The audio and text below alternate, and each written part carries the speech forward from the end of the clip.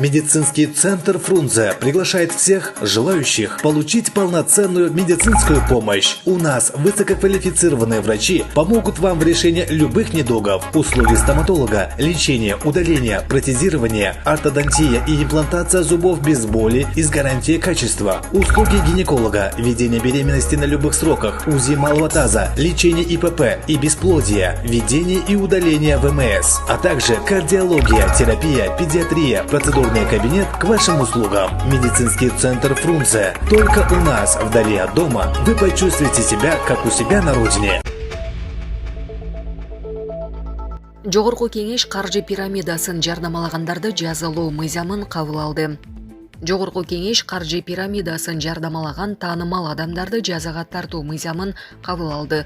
Документ президент кол койгондон кийин күчүнө кирет. Ага ылайык каржы пирамидаларын жарнамалап, жеке өзү ири суммада киреше тапкан жаранга 2,5 миллион сом айып пул салынат же 3 жылдан 5 жылга чейин эркинен ажыратылат. Демилгечи депутат Шайырбек Ташкиев буга чейин 2022 жылы пирамида фактысы боюнча 882 кылмыш иши козголуп, 1052 адам зыян тартканын айткан.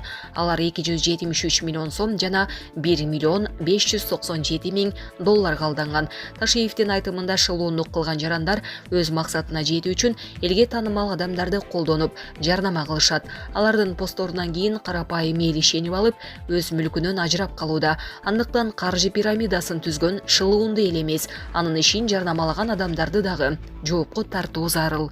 Булак Спутник кежи. Элчилик Москвада ооз ачуу учурунда кыргыз жарандары кармалды делген маалымат боюнча комментарий берди.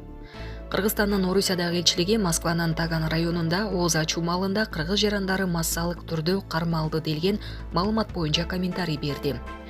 Бул факты боюнча элчиликтин консулдук бөлүмүнүн кызматкери Москванын Таган районунун ички иштер бөлүмүнө барды. Жүргүзүлгөн тиешелүү иш-аракеттердин жыйынтыгы боюнча элчиликтин көмөгү менен кармалган бардык кыргыз жарандары Орусиянын аймагынан административдик чыгаруу түрүндөгү административдик жаза колдонулбастан бошотулду деп билдиришти мекемеден. Мындан тышкары кармалгандардын тамак ашсыз жана суусуз калганы тууралуу маалымат тастыкталган эмес. Элчиликтен белгилешкендей, социалдык тармактарда Таган районундагы коомдук тамактануу жайларынын биринде ооз ачуу убагында кыргыз жарандарынын массалык түрдө кармалгандыгы тууралуу маалымат тараган. Булак Супер кежи. Жогорку кеңеш пенсиялык куракты жогорулатуу боюнча мыйзам долбоорун четке какты. Бүгүн 5 апрелдеги Жогорку кеңештин жыйынында мамлекеттик пенсиялык социалдык камсыздандыруу жөнүндөгү мыйзамга киргизилип жаткан өзгөртүүлөр экинчи окууда каралды.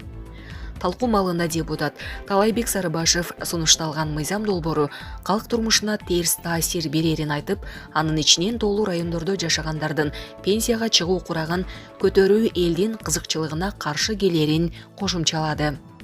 Эл өкүлү Балбак Төлөбаев менен Адахан Мадумаров биринчи окууда бир канча нормаларды өзгөртүү шарты менен колдоп беришкенин эске салып, бирок бүгүн эч нерсени өзгөртпөй, ошол эле документти алып келишкенине нааразы болушту.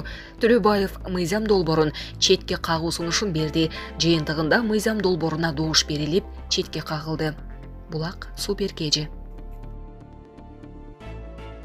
Казакстан Тышкы иштер министрлиги Гаага сотунун Путинди камакка алуу чечими боюнча үн катты. Казакстан эл аралык кылмыш сотунун Рим статутун тааныбайт. Бул тууралуу РИА Новостиге Казакстандын Тышкы иштер министри Эрмухамбет Кануспаев билдирди. Анын айтымында Казакстан Рим статутуна кол койгон эмес. Буга чейин Гаагадагы эл аралык кылмыш соту Россиянын президенти Владимир Путинди камакка алууга ордер берген. Конуспаев Путиндин Казакстанга келүүсүнө эч кандай тоскоолдук жок экенин белгиледи. Булак Назар Ньюс кежи. Өзбекстанга 1,3 миллион сом алып бараткан жаран кармалды. Достук өткөрмө пунктунда 1 миллион 300 миң сомдон ашык акчаны мыйзамсыз өткөрүү аракетине бөгөт коюлду. Бул тууралуу бажы кызматынан билдиришти. Оперативдүү бажысынын контрабандага жана бажы эрежелерин бузууга каршы күрөшүү бөлүмүнүн кызматкерлери УКМКнын чак кызматкерлери менен биргеликте ЭП жана Кыргызстандын бажы мыйзамдарын бузуунун алдын алуу, бөгөт коюу жана аныктоо боюнча иш-чараларды жүргүзүүдө. Достук алдын ала бажылык жол жоболоштуруу жайында Өзбекстандан Кыргызстандын аймагына мыйзамсыз акча каражаттарын өткөрүүгө аракет кылган учурда Өзбекстандын жараны токтотулган. Кармалган товардын жалпы суммасы 1 миллион 330 миң сомду түзгөн. Факт КБРге адыске катталып чогултулган материалдар Кыргыз Республикасынын мыйзамдарында белгиленген тартипте кароо жана чечим кабыл алуу үчүн Кыргыз Республикасынын транспорт прокуратурасына өткөрүп берилди. Булак Назар Ньюс KG.